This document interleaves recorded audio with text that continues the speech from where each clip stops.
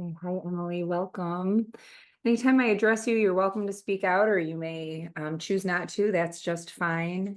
You may have your camera on or off. I'll be completely disclosed. I love when they're on. I love seeing you all, but whatever feels right for you, this is here for your support and your time, that's for sure. It is 4 on the nose, and I'm going to get started right on time, knowing that we may still have other people coming into the space. So that's certainly fine, but we do have a lot to get through. I know that Pat already named and maybe others that you weren't in week 1. So I'll just let you know what you can expect from our time together. I am going to start with an opening meditation practice. We will have some content. Then by content, I mean we'll be exploring principles based in neuroscience of what we're doing when we meditate, why we do it, where does the efficacy come from, and how to do it. And we will have other short practices and experiences of meditation in our time. Somewhere, somewhere around our midpoint, maybe not exactly, but somewhere around, I'll give us a 5-minute break. I don't want to ask any of us to sit, more than a full hour or so. So we'll have a 5-minute spot in the middle to use the restroom, get water or tea or whatever feels right. And then we'll close our time with a little bit with a breakout and one short practice. So that's what we can expect from our time here together. And hi, Jaden. Welcome. Hello, Alicia. Hi.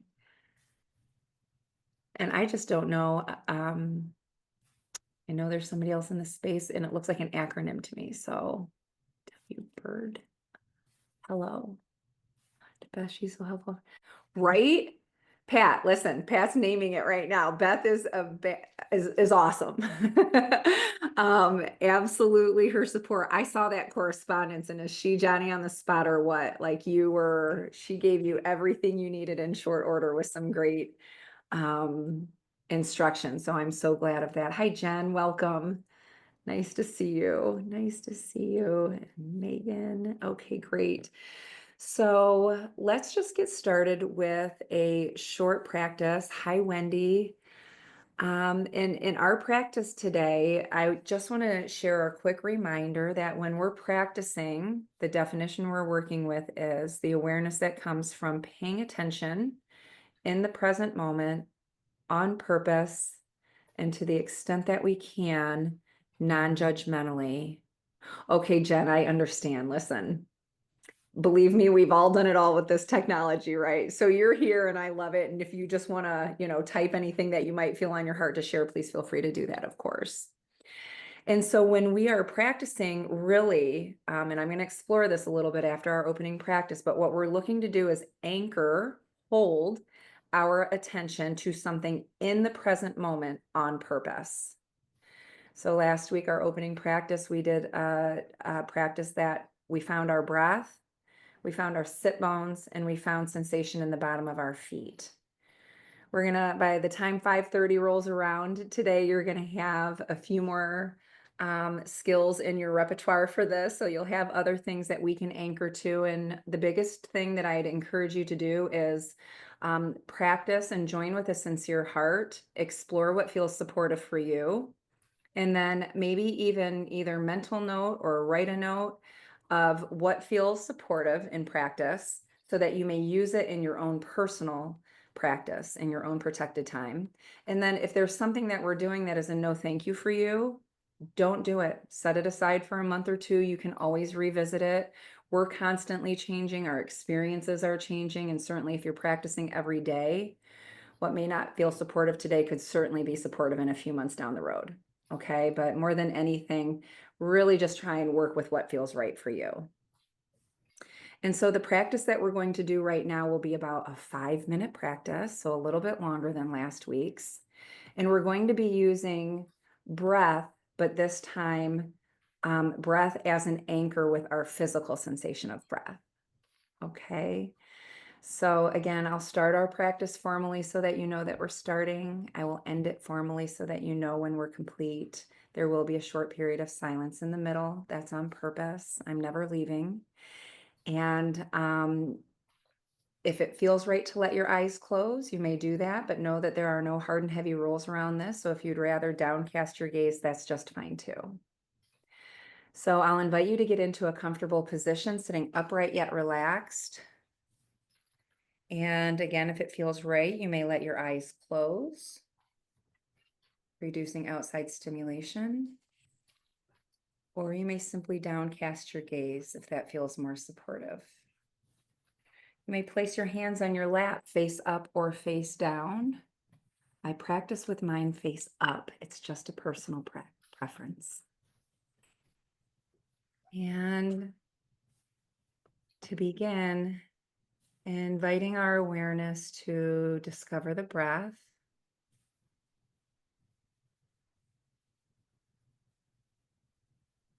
And as we do, I'll invite you to notice where you can feel the physical sensation of breath.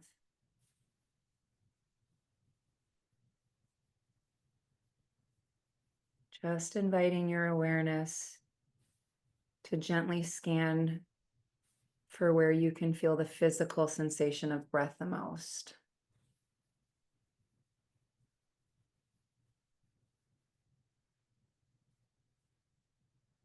And this may be in the cool air at the tip of your nose, or against the back of the throat,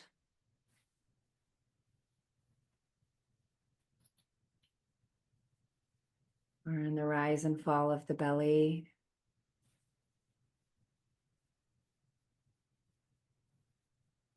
or perhaps somewhere else altogether. Just identifying in our own minds where we feel the physical sensation of breath the most.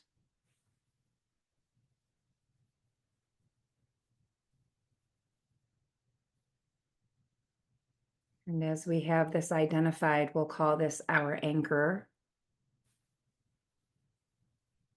As we look to anchor our attention to the physical sensation of breath.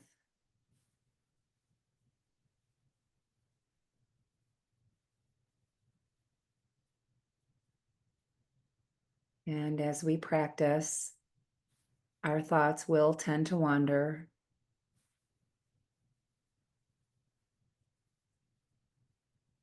And each time that we notice that they have, just becoming aware of the nature of our thoughts.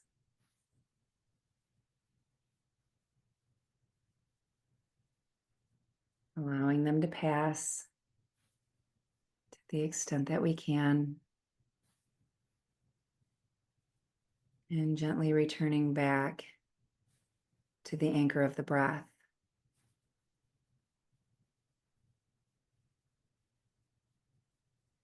And I'll let my voice drop for a 1-minute period of silence as we practice holding our attention to the anchor of the breath.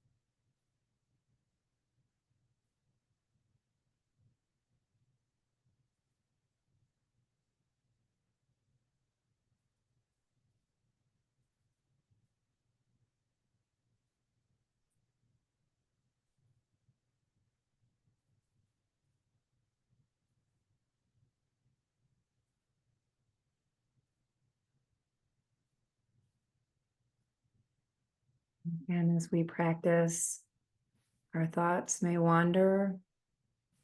And each time we become aware that they've moved from the anchor, We're just becoming aware of where the mind tends to go.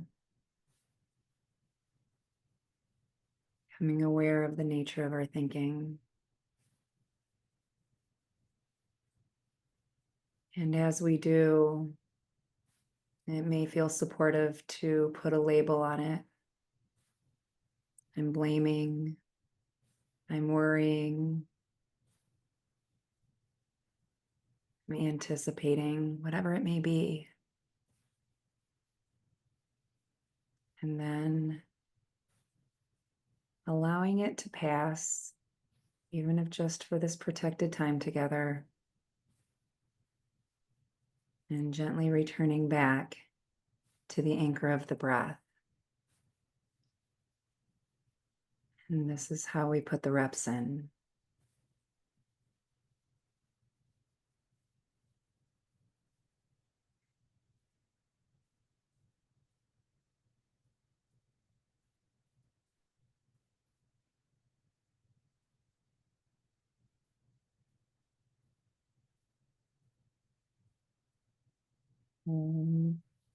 As we look to bring our practice to a close, together we'll follow one natural cycle of the breath, finding the beginning of the in-breath to the end of the in-breath, and the beginning of the out-breath to the end of the out-breath.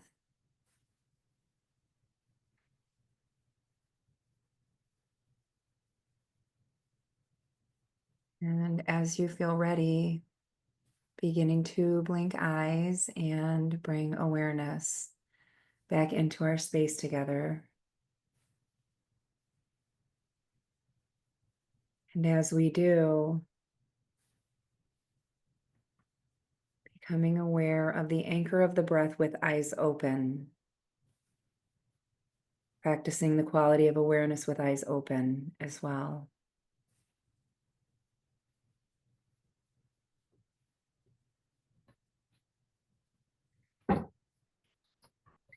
Thank you for your practice.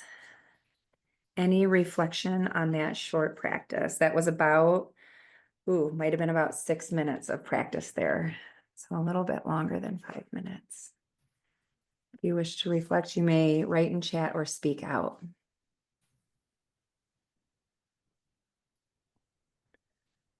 I found that even though I was focused on the expansion and contraction of my rib cage and stomach, I also, when my mind wandered, I started like following the breath and I could feel it in my throat. And so by focusing on that, I was able to kind of come back and not think about the other stuff.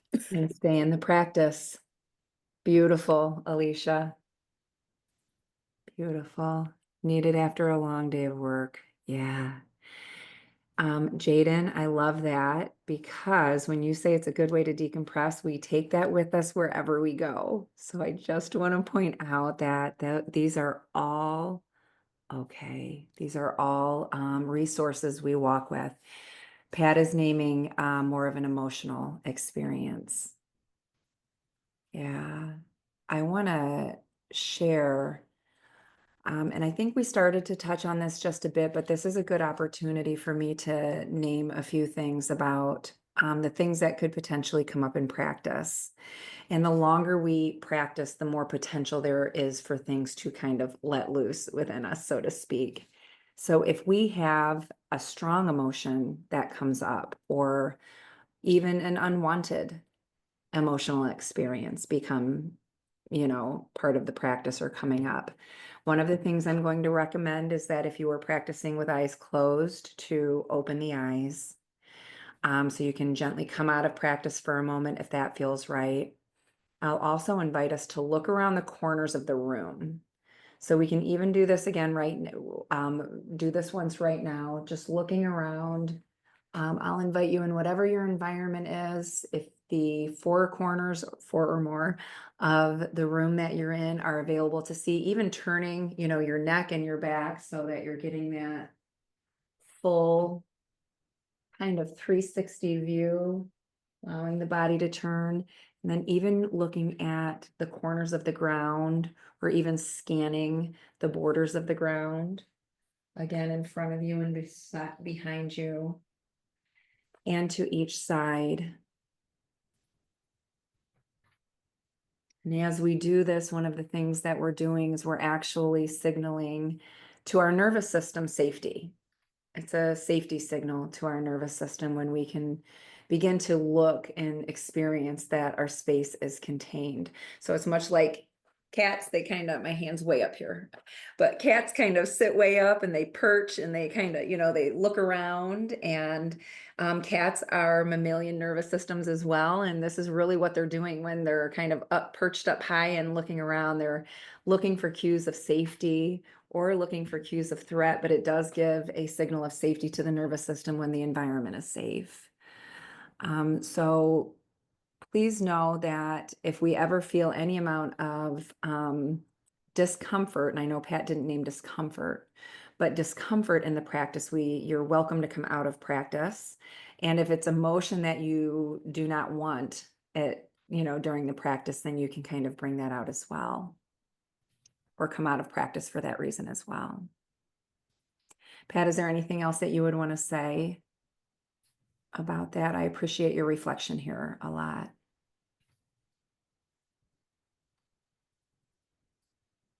Okay.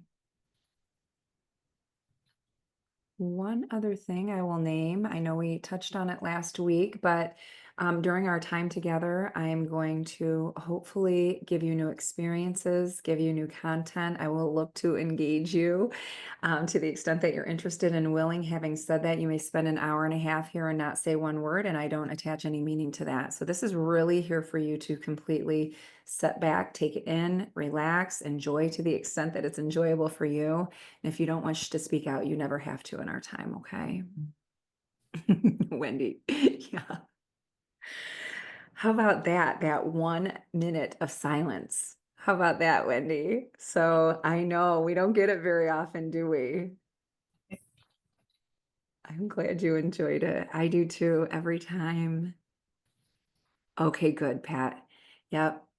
Very good. So, yep, using just some of these skills. We'll get into a couple other tips later in our series, but just since we're in the middle of it right now, even right now I have my hands pressing on my chest,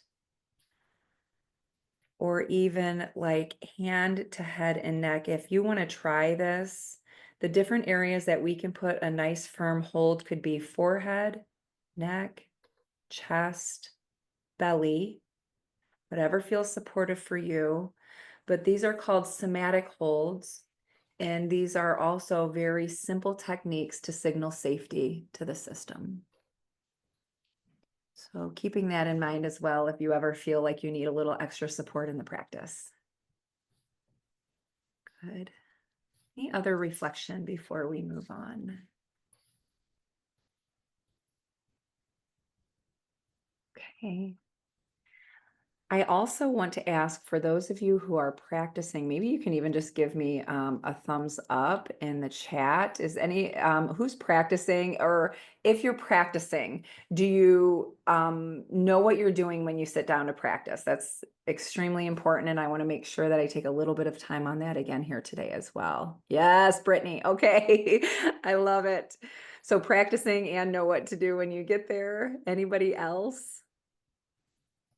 Okay, good. Jen been using the guided meditations. Awesome. Okay, Pat, you somewhat know what you're doing when you get there.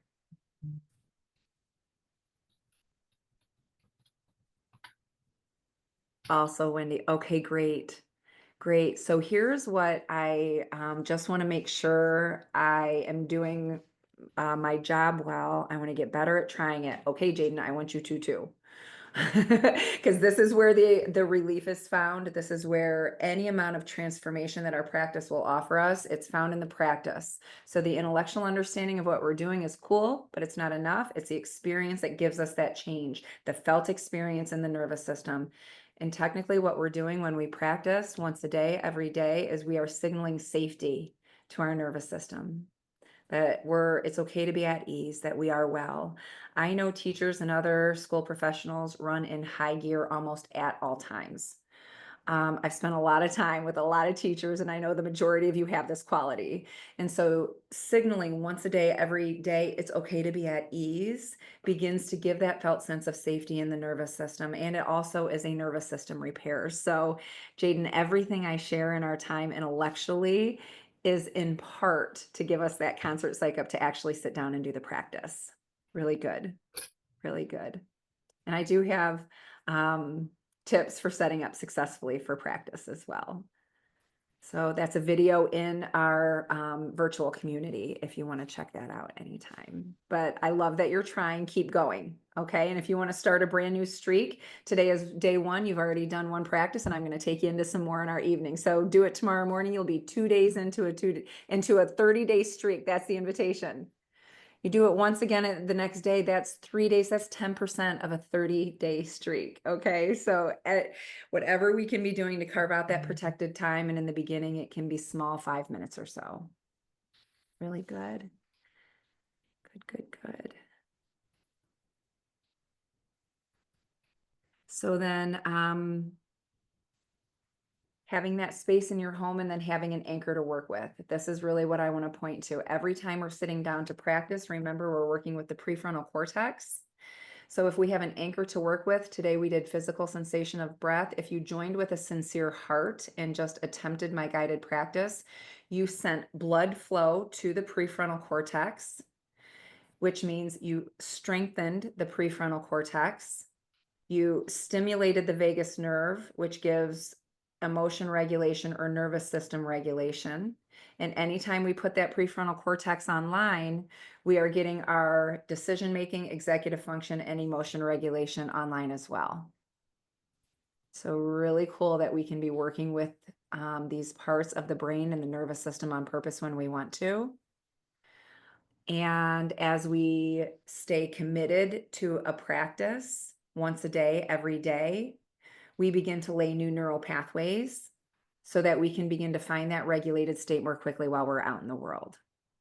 Okay, so about 30 days it takes before our brain starts sending resources to lay down new white fatty cells that are actually new neural pathways. It wants to really see that we're really serious about it. So it's not going to do it right out of the gates.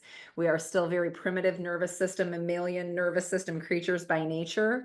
And so our nervous system actually kind of is geared towards preserving our resources. And so doing something once here and there, it's not going to send out resources to help establish a new habit. When we stick with it for 3 to 4 weeks consistently, then our brain becomes aware that we're taking this seriously, and it begins to send more resources to lay new neural pathways. So really cool. Yeah. Yeah. Good, good. Okay. Any thoughts or questions about daily practice before we get into our topic today?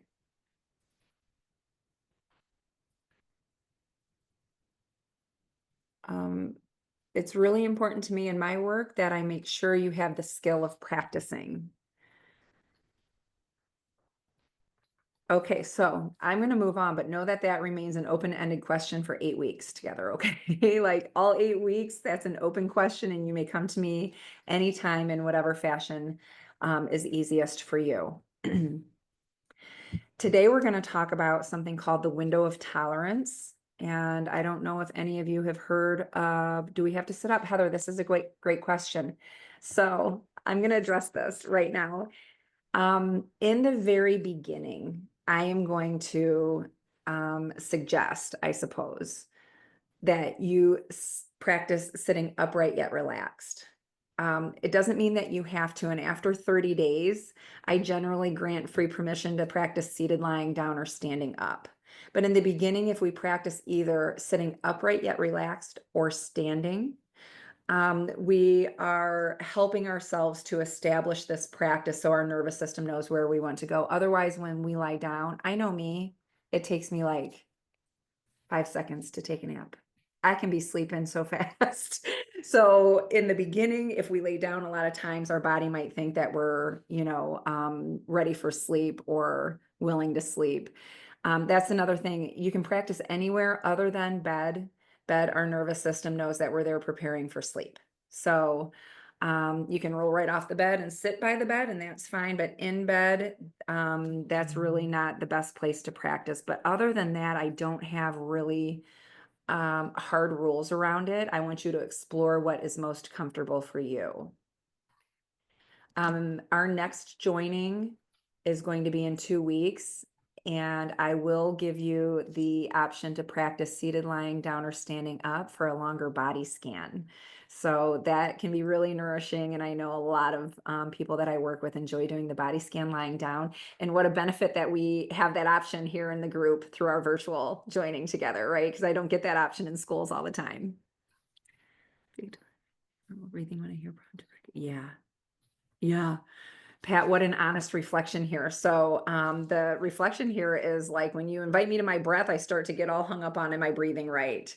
And this skill of noticing the breath, even last week's grounding practice, I think people can kind of worry when I say inviting you to become aware of the breath. That can kind of start to trigger some, am I doing this right? Or we have to change or manipulate it. And so much of practice, Pat, and everyone is beginning to notice how we relate. And when we're being invited into a prompt or an anchor, even noticing how we're relating to that. Okay, very good. Yeah. Yes, Jen. Okay, good. And staying awake. Give me a thumbs up on that message you sent me if you're staying awake. There you go. Okay, so Jen reports success practicing lying down. So that is fantastic. And if it's supportive for you, keep doing it. I think if you're having that with success, I think that's fantastic. Any other questions about practice?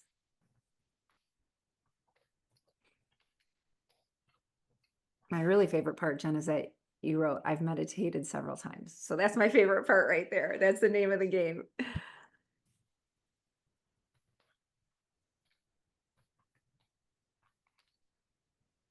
Okay.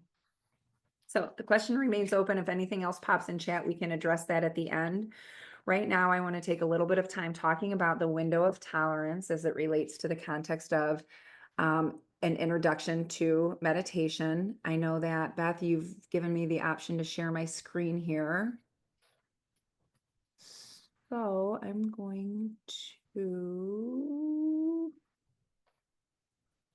open up here and okay. This is our learning goals for the week. But what we really want to take a look at, for anybody who has not come into the virtual community, this is kind of what your view would look like. These are the resources that we have to work with. And I believe everybody now should have access to the window of tolerance. So this is a graphic. How's this look? Is that view okay here? Everybody see it okay? The window of tolerance by definition is the optimal amount of arousal in the nervous system that allows us to operate or function optimally for the task before us. So you'll see this yellow line here reflects window of tolerance. And when we are in our window, we are feeling grounded, flexible. We feel safe enough to feel open and curious. We're feeling present to whatever is before us. We feel able to emotionally self-regulate. These are not the only attributes. These are just some predominant attributes of being in our window. When we go into low to mid or mid to high grade stress, and we started to talk about this in our last session together, we go into fight, flight, or freeze fawn. And I think I shared that these days they're even using freeze, appease. But we'll stick with fight, flight, or freeze fawn.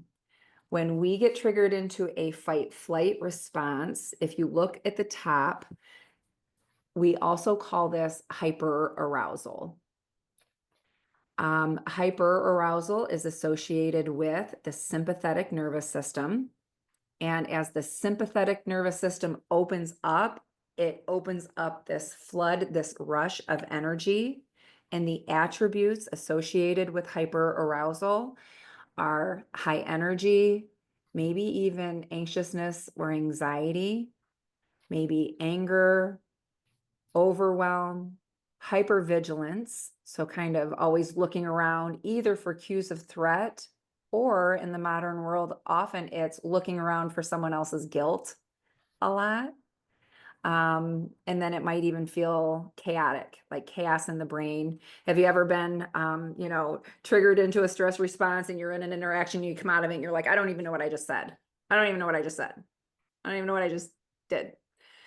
Now, again, these are not the only attributes, and it doesn't mean that you feel all of these attributes, but some of these might be familiar to you because we all go kind of in and out of stress in some way a little bit throughout the day.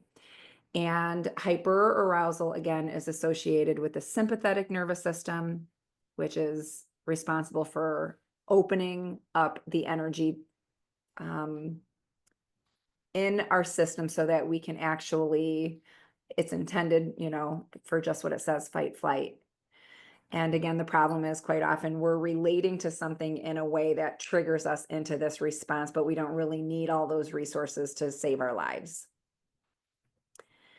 And then if we look down at the bottom, this is called hypoarousal.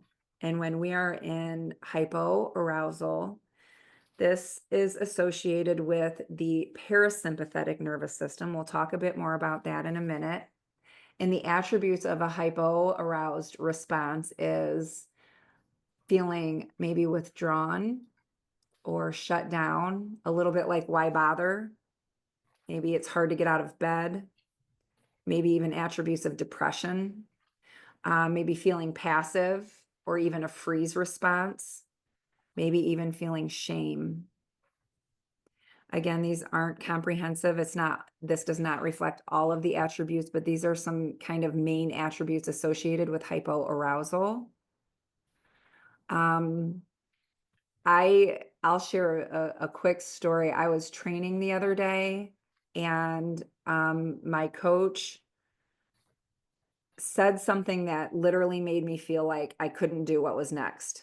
I could not do the task that he had asked me to do. And I was trapped in the room because I was very much in a lesson. I was training. And I remember just looking out the window for like 5 minutes. Like, I'm looking out the window because I want out.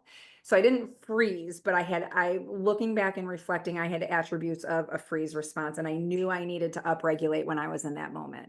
So I needed to bring myself, my nervous system from hypoarousal, upregulate my nervous system, bring myself back into the window.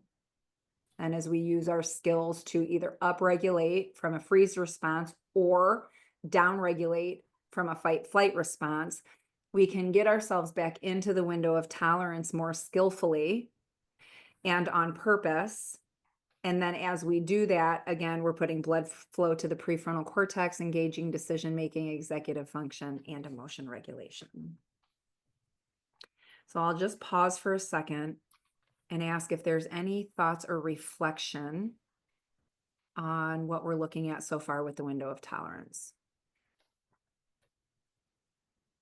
And I'm going to say, Beth, that my chat came off my screen when I started sharing. So if there's anything that pops in there, please share them out.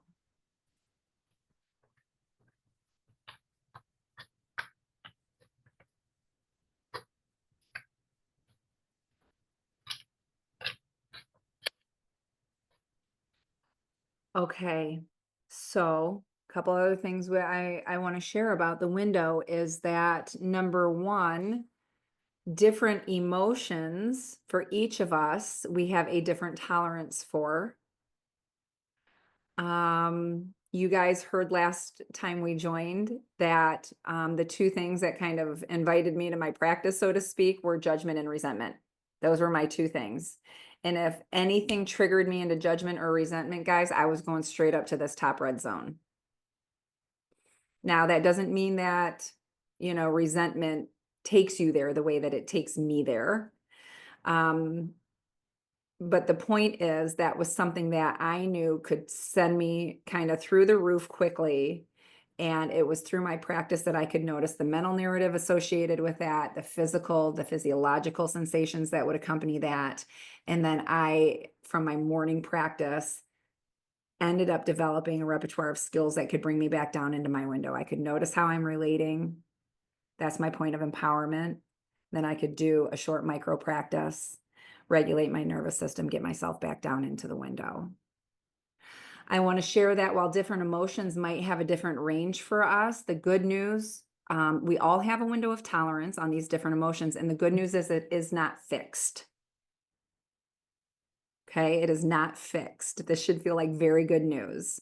So if you're relating to either one of these right now, I want you to know that just because my example of resentment was something very strong in me. The more I practiced once a day, every day, now I can have an experience where I might still feel resentment, but I'm not going way up here. My nervous system is able to still stay in a window, and or if I leave it, I'm not going so far off the charts. Does this make sense? Give me a thumbs up if this makes sense. Okay. So we all have a window of tolerance. The good news is it is not fixed. I will also say that as we practice once a day, every day, we begin to retune and repair our nervous system. So this yellow line reflects kind of a healthy window of tolerance, should be, kind of moving and functioning a little bit through here.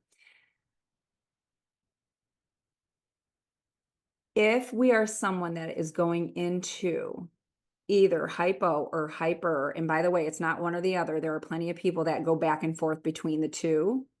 So it doesn't have to be one or the other. You might be somebody who gets really hyper aroused and then all of a sudden feel defeated and feel like there's no point. You can't do anything about it anyways. And then now you're down here hanging out in more of a freeze zone. So it's not necessarily one or the other. But if you're someone that is moving into one or the other frequently enough, and I'll stick with me as an example, I spent enough time in hyper aroused state that my yellow line over time ended up, can you see my arrow that I'm moving? Yay. So over time, what happened is I spent enough time in a hyper aroused state that over time, my yellow line ended up hanging out like right here. Does this make sense? It retuned my nervous system to actually be in this hyper vigilant, looking for cues of threat, looking for other people's guilt and so on state. And then even when I would have, moments of joy or good experiences, then because this felt so normal, this did not feel normal. My nervous system would start hunting things down again. By the way, I'm not proud of it. I'm just saying that's what the nervous system does. And so here's my very favorite part of this material is that practicing once a day, every day over time signals safety to the nervous system. It repairs the nervous system. And then what happens is we can begin to reset the nervous system so that we are getting back here and our nervous system state can be hanging out more frequently in the window of tolerance. Rachel, we have a share in the chat. Let's hear it. I totally understand the hyperarousal, spent 40 years in law enforcement. And then Yeah. also in agreement with what you're saying. Yeah. It's a very real thing and it impacts every part of our life. We can begin to see how this impacts every relationship that we're in, every part of life that we're in, the way that we feel capacity for new things. It impacts so much. Thank you for that share.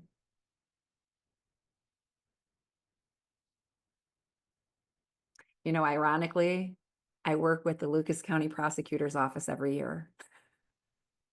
So I go into the Lucas County Prosecutor's Office to teach them non-judgment. Really interesting, right? I mean, seriously, how cool is Julia Bates too for that? Because she understands the importance of this material, but they're in that high gear at all times at the prosecutor's office for sure. For sure. Thank you for that share. And so then you may even relate to if you're practicing, I'm not sure who made the share, but if you're practicing over time, what you'll see is if you feel that you're in this kind of vigilant state here, that over time, little by little, incrementally, we begin to repair and restore our sense of well-being. Yeah. So, I'm going to ask you to take a moment right now and just reflect on where you tend to go when you are triggered. Keeping in mind that it doesn't have to be one or the other, and it can certainly be both. I know my daughter names explicitly, Mom, I go back and forth. 21 years old, and she's well aware that she can go, from 0 to 60 really quick sometimes. And as you reflect on that, if you wish to share out, just leaving space for that too.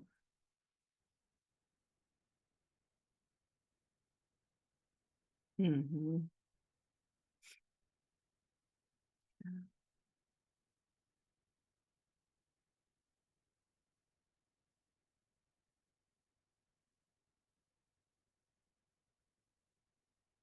Oh yeah, Alicia. You guys, do you see Alicia's share right now? This is um, isn't this the truth? And drag others with me. Yeah.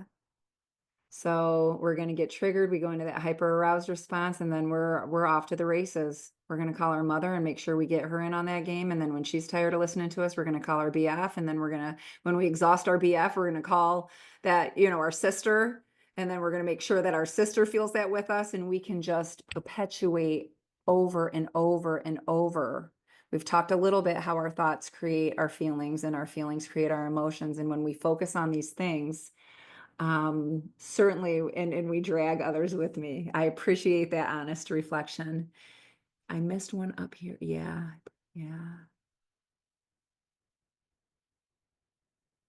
Oh, yeah. Pat going from that hyper aroused down to the freeze, withdrawn, numb response. Yep.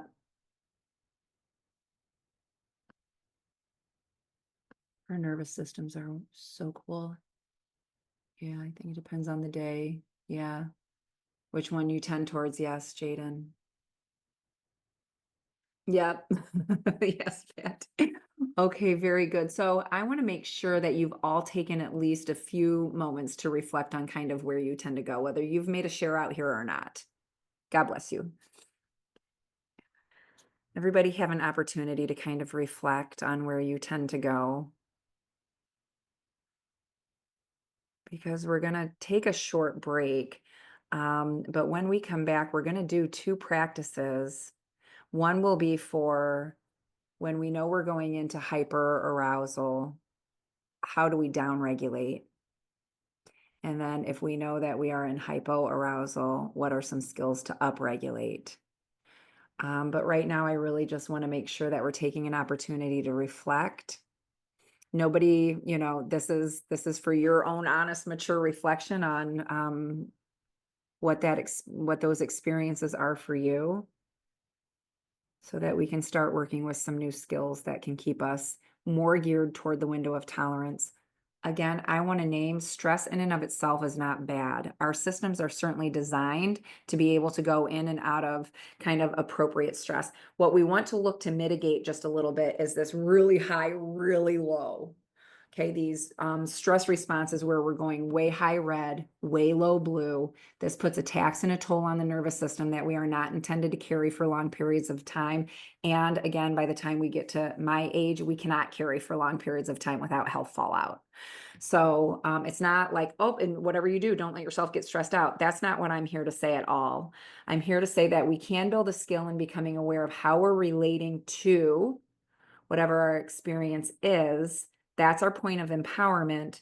Once we become aware that we're leaving our window, we might go only to here instead of way up here, because we can pull out a micro practice to either downregulate or upregulate if we need to. The other thing a daily practice does is it repairs the nervous system, like I mentioned. So even when we do go into our relating to something as stressful, it's not going as off the charts. It's not going so up and so down. because our nervous system is actually improving over time from our practice. So, do you think I'm good to pull the graphic down? All had an opportunity. This is, of course, in the virtual community too, so you'll be able to access this as well. I want to stop the share just so I can look at you guys again and see, is there any, okay, any questions or any reflection on the window of tolerance and what we've looked at so far with this?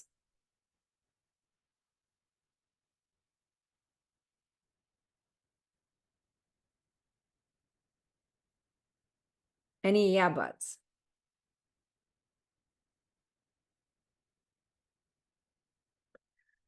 Okay. So I think it's a good time to take 5 minutes. It's 4:45 on my time right now, so if we're all back by 4:50, we'll take our second half to work with some practices to downregulate, upregulate, and then have one breakout as well. So I will see you back here in 5 minutes.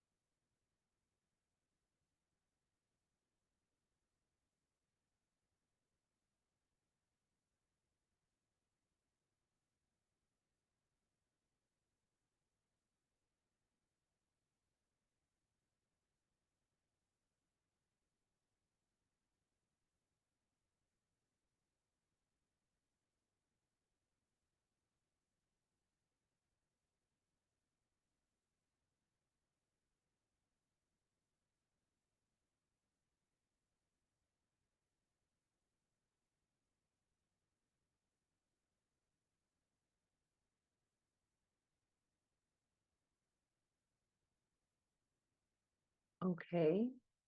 The sun crept back in here somehow, but that's okay. We'll work around it. Okay, I hope everybody was able to have their basic needs met in a short break, and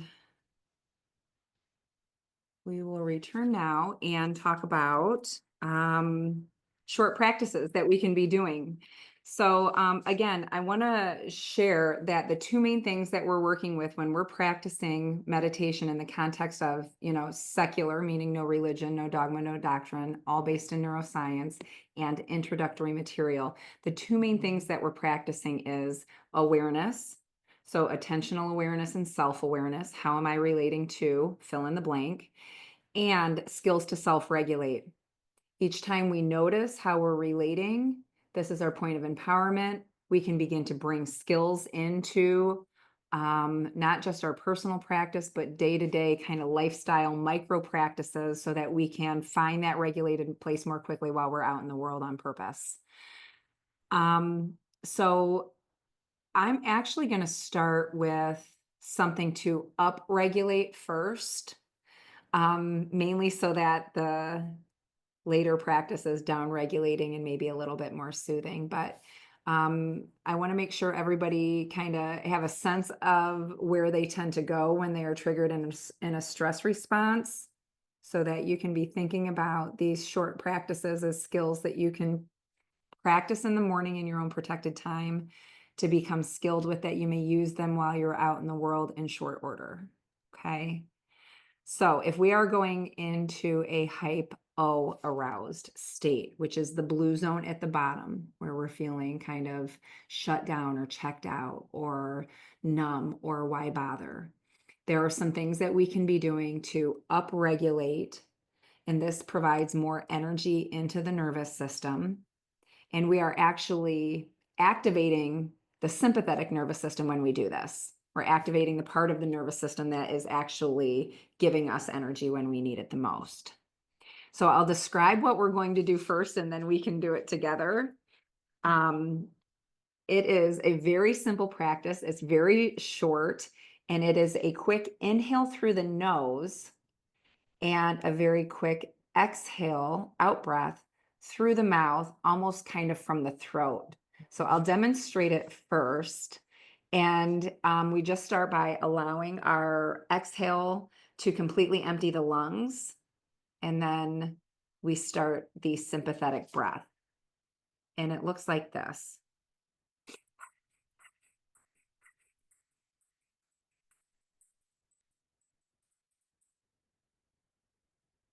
So it's very simple. It looks goofy. My kids hate when I do it in public. But this is something that's going to actually activate the sympathetic nervous system, thus opening kind of this system that gives us energy. Couple things I want to say about it is this does not need to be long. So we're talking about maybe 10, 15 seconds. However, if you do it for 7 to 10 seconds and that feels good, that's plenty. I've had a teacher, ask, well, what if I pass out? Well, don't do it that long. You will feel it well before you pass out. So just don't do it that long. If you feel like anything, getting lightheaded or dizzy or anything like that, then you can stop the practice sooner. But again, I generally recommend do that breath stuff again. Okay, you got it. So it looks like this.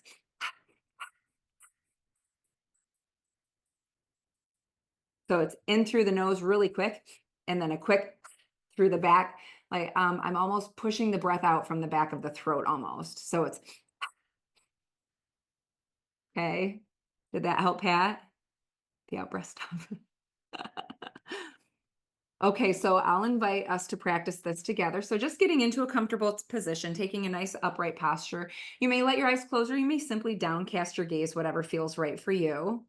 And we just start by allowing for a complete long extended exhale, emptying the lungs.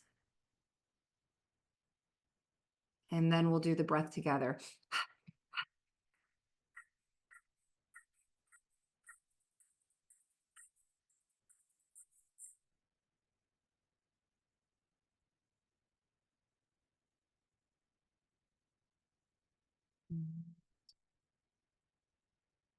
Completing the breath.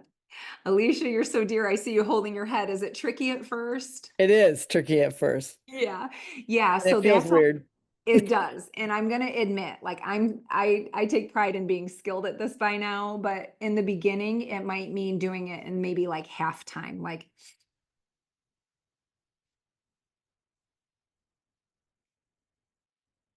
and even that will get the skill in the body, and then you can begin to do it a little more quickly. Um, so if you had any problems doing it, quick, just start by trying it slow. And for those of you who have tried the practice, any reflection on the practice?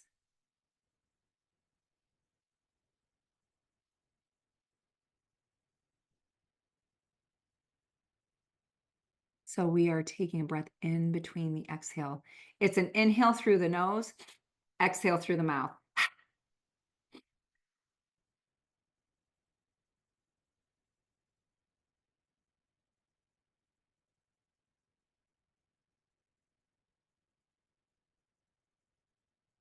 Yeah, okay, good. Did anybody find that it did provide more energy? Difficult with a cold? Yep, for sure, Heather. Absolutely.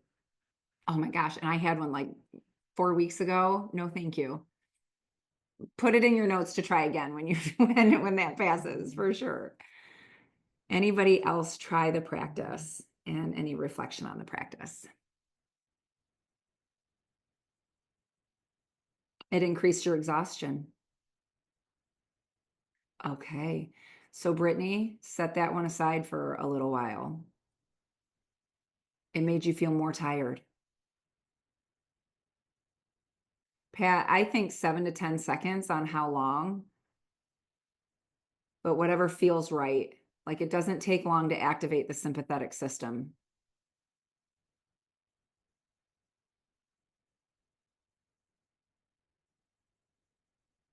Brittany, out of curiosity, how long did you do the practice?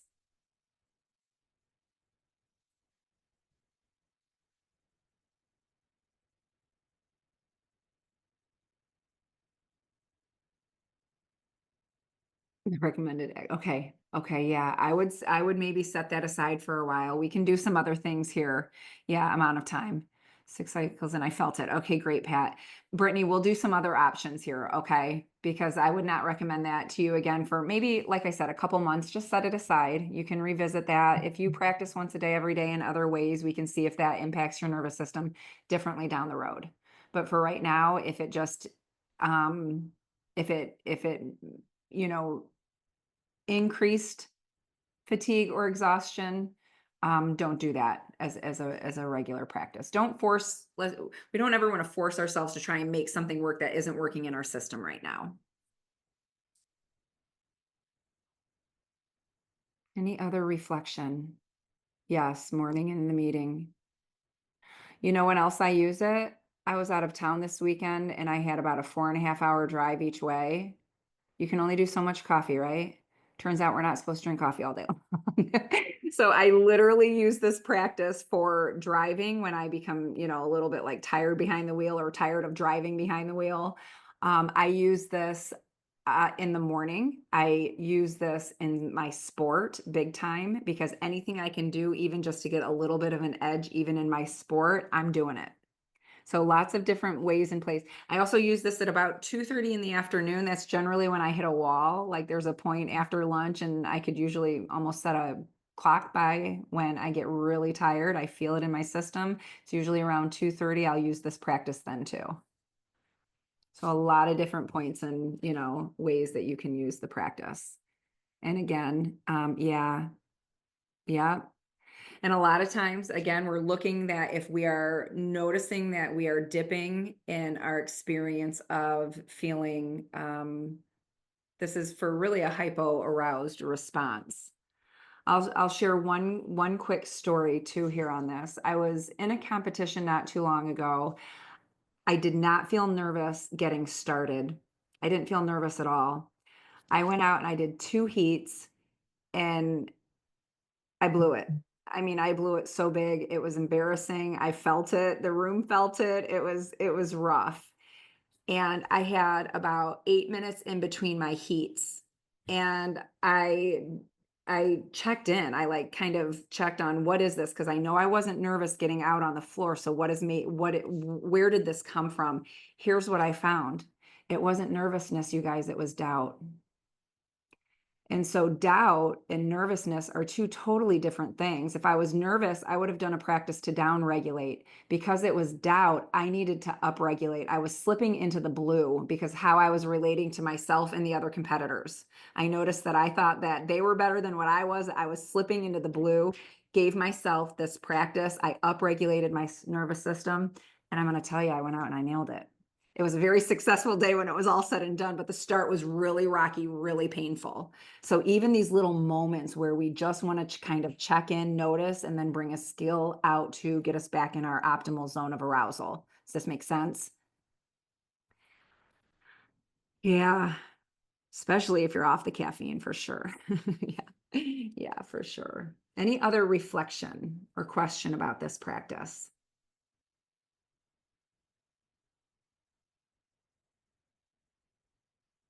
Okay, I want to share a couple other things that we can be doing. And if that, just like Brittany named, that was not supportive for her. So some other things that we can be doing to bring some activation into the body are going to be very, very simple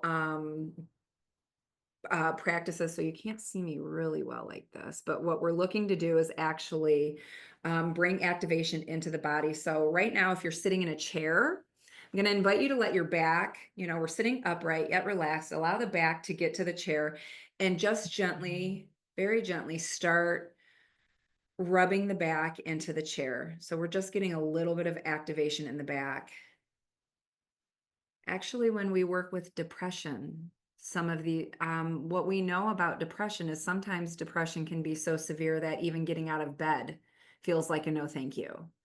So what can we be doing to get incrementally more willing, get just a little bit more activation in the body, in the system incrementally, that we can begin to uplift from that very low hypoaroused state and start edging back toward our window.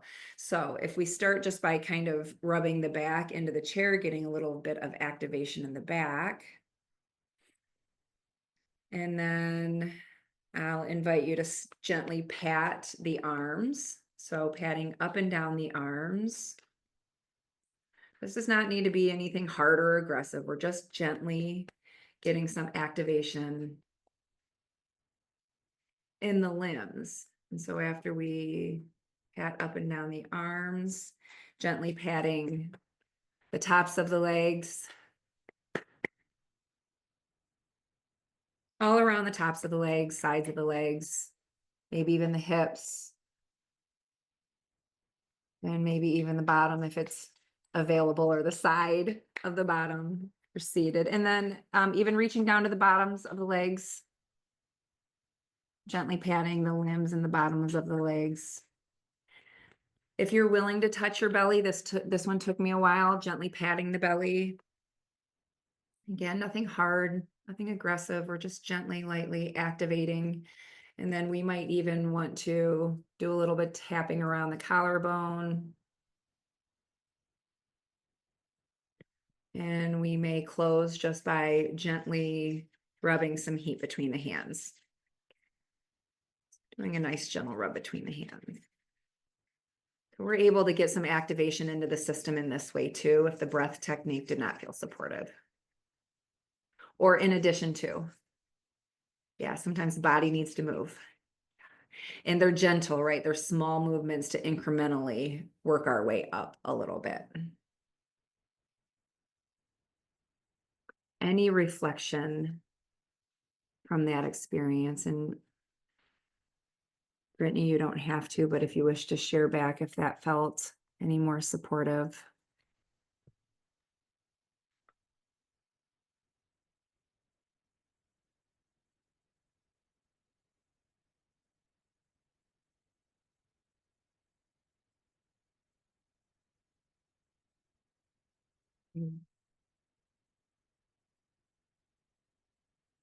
Okay, so thank you, Jen.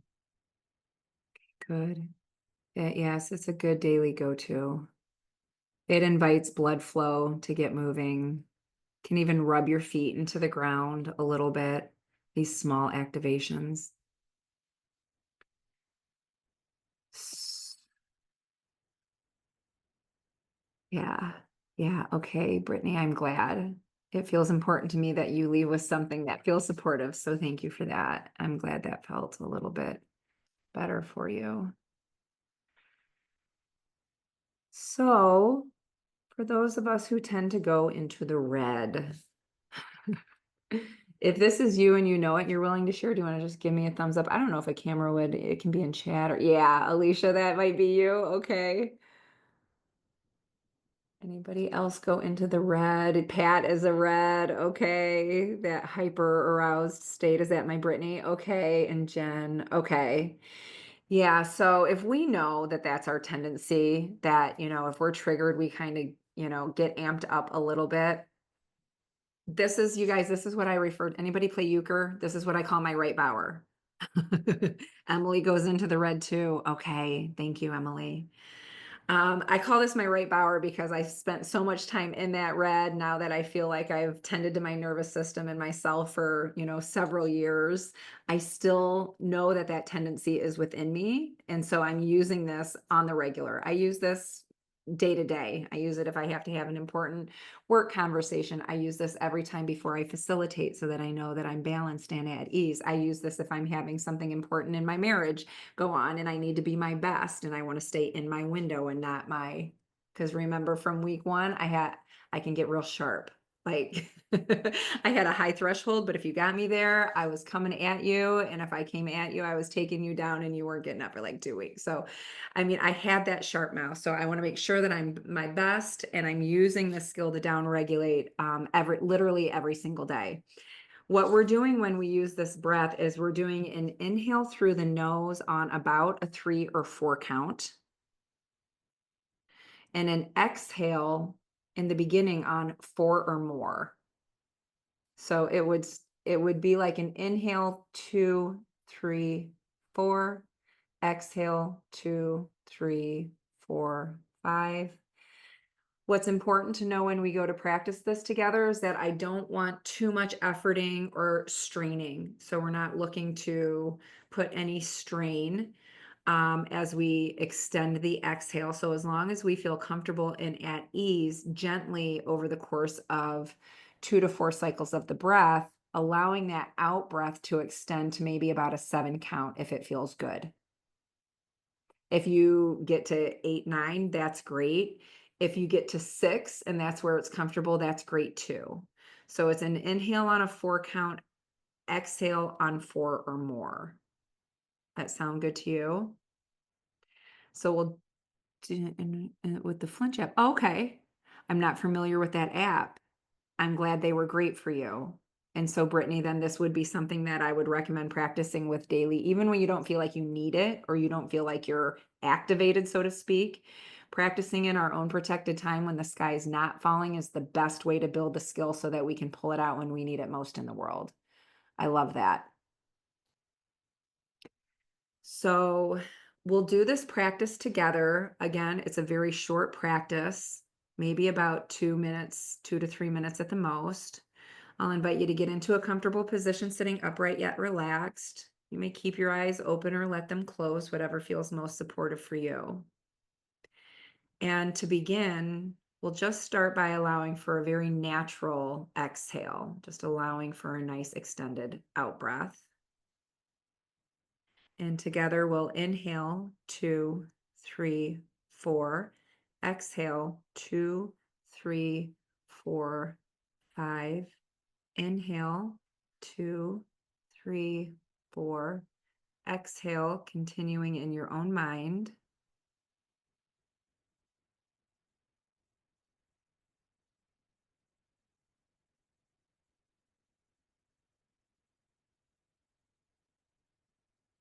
For the next out breath, maybe extending and slowing the out breath just a bit.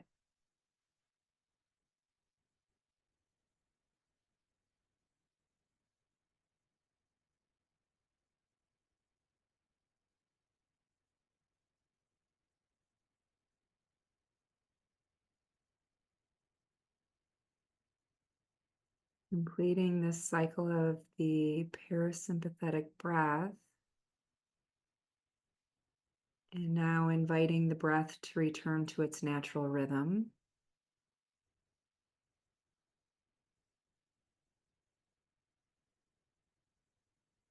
And beginning to blink eyes and bring awareness back into our space together.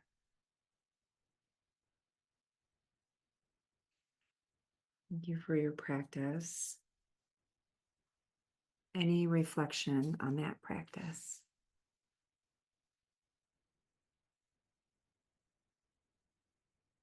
Very short. I think it was maybe 1.5 to 2 minutes.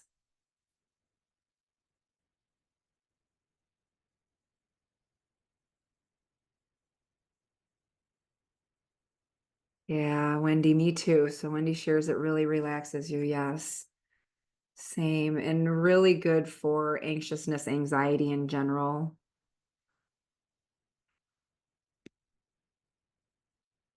Yeah. Okay, good. Yeah, good. Jen, thank goodness, right? Wendy, one moment, I want to say something about what Jen has here, and then I'll answer that. Jen, here's what I love about this.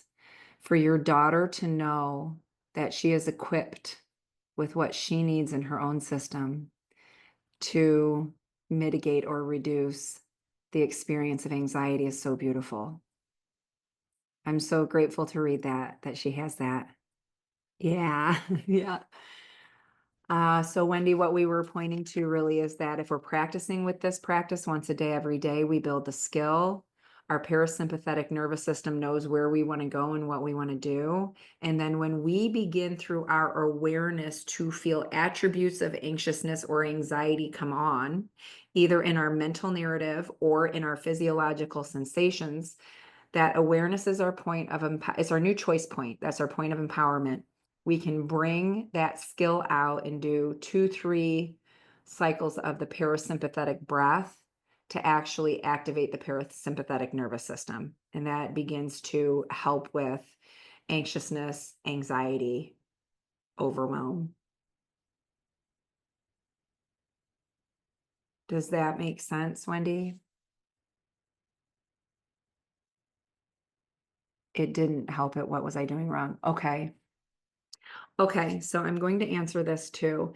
First, what I want to say about the parasympathetic nervous system is that it's the part of the nervous system that is responsible for putting us back into homeostasis after a stress response. So the mammalian nervous system, we have a perceived threat. We go into either fight, flight, or freeze. In this case, we're talking fight, flight. We do what we need to preserve our lives. Then our nervous system, remember we talked about the cat, begins to kind of look around, look for cues of safety. Once we detect that we are once again safe, the parasympathetic nervous system naturally activates, putting our systems back into homeostasis. How cool is that? So homeostasis is not just being calm.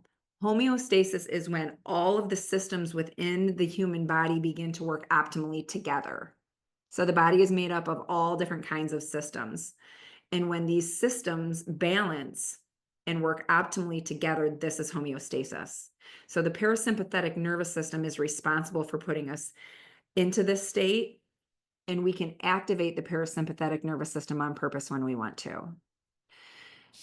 Wendy, I may need to know more, and I said this in our first week. If anybody ever wants to stay past 5:30, I do have time reserved for after if anybody ever wants to. So we could talk more if you want to, but based on what I see right here, I don't know how often you've practiced with that or worked with that.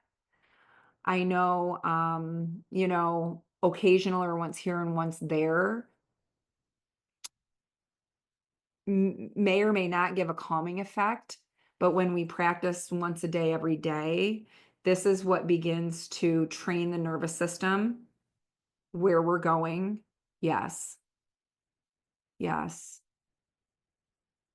It can be a very supportive breath technique for generalized anxiety. Okay.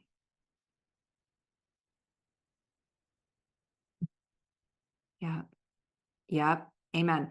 By the way, Jen, such a good point. This share, one thing her daughter's therapist said is that it works better if she is self-aware. So again, awareness, self-regulation, and performs these techniques when she herself starts to feel the anxiety at a 3-4 rather than waiting till we're at an 8-10. Here's the thing, by the time we're at an 8-10, we almost have to naturally let it run its course. And we've all either been there ourselves or been with someone who we've experienced this with. And whatever behavior happens in that 8-10, that is not willful behavior. That is a nervous system response. By the way, Jen, I might need to get with you on this therapist because I'm loving it. I've had, and my regular referral is not available anymore. So I'm loving what this therapist has going on. Yeah. Yeah. Wendy, I understand generalized anxiety doesn't have a starting point. Yeah. So that difference between what Jen and I are pointing to when something's coming on versus kind of living in us.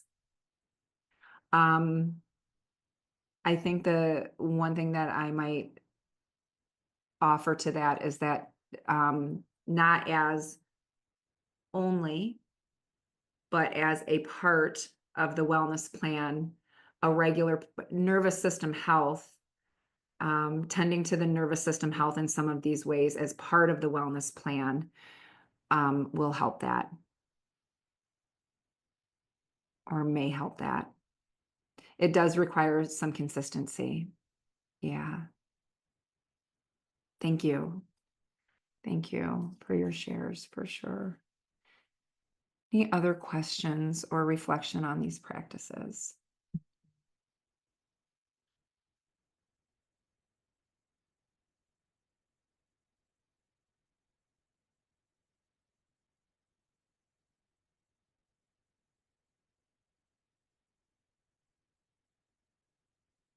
Okay, I would like to do just a short breakout, maybe 6 minutes or so.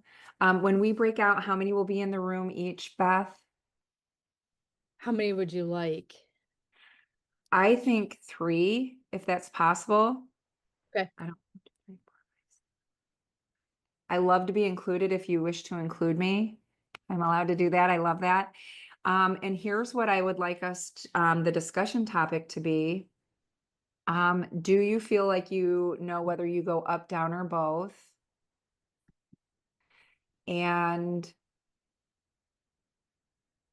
what practice, or is it practical to consider using the practices that we're working with today when we feel it come on? Just noticing it coming on. Okay, so like when do we feel like these practices may support us best? Is that good? And we feel like working with the breath techniques or even the other either somatic holds or yeah, yes. Thank you, Beth.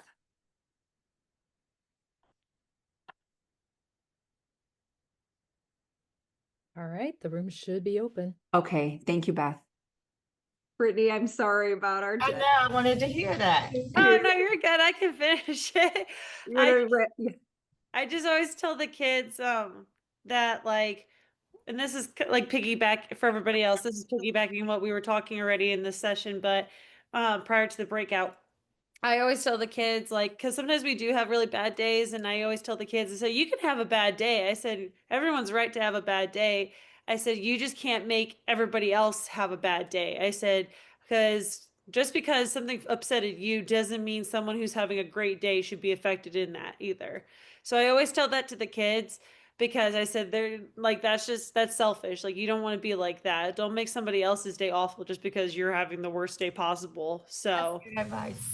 yeah, so it's usually what I try to tell the kids because it's just not fair to let that depend like other people. So that's just what I usually try to tell them. Thank you, Brittany. I know I heard some really good, sincere shares in my group. Did everybody kind of learn a little bit of something from the time in that? Yeah. Good, good, good.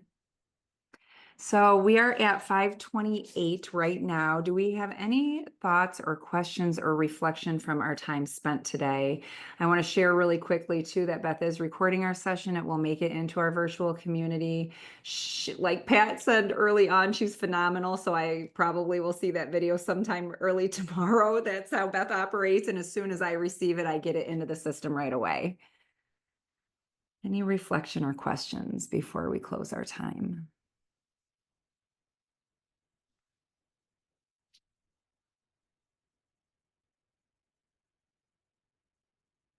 Thank you. Beth is sharing here. Our next session is November 10th, so 2 weeks from today.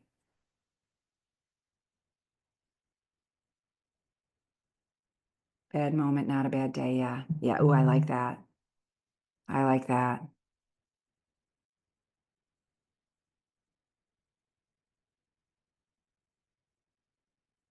Okay, like I mentioned earlier, I will stay online here for 15 minutes or however long, may be needed if anybody else wants to take time. Thank you, Alicia.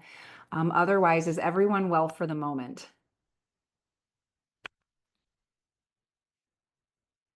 Okay, awesome. Thank you so much for your practice, for your sincere engagement. Homework is to keep practicing. And if you've been getting maybe 5 minutes a day, you're welcome, Heather. Thank you. Maybe bumping that up. Thank you, Wendy. Maybe bumping that time up to 5, 7. We're inching our way up to a practice that ultimately will become a 15 to 20 minute practice once a day, every day. So if you feel like you can bump that up to somewhere in between like 5 and 10 minutes, continuing daily practice for 5 to 10 minutes a day. Okay, awesome. Thank you for your practice. Keep taking good care, and I will see you in 2 weeks. Okay, thank you. I just wanted to say that my computer went wackadoodle during the breakout session, so I didn't get to. I got in there and I listened to one of them and then it kicked me offline. But I just wanted to say that I definitely am going to be using this. This is teaching year 25 for me, and I teach high school. However, this year I teach middle school, and I haven't taught middle school since I student taught 24 years ago. So I need all the practices I can get, and I definitely stand in front of them finding myself doing these things, and I don't care if I do it in front of them. They're talking. right. They don't pay attention to me anyways. Yeah, love it. But nonetheless, I find this to be very helpful. Okay, thank you. I am so glad. I appreciate that from you, and I'm glad you find it to be practical and tangible. That's our Yes. goal right now. Yes, Thank you for absolutely. that. So Thank you for just wanted that. to let you know I was there and I came back, and that's why. Okay, very good. Very Thank good. you. Thank you. Thank you for all your contributions too, you guys. Yeah.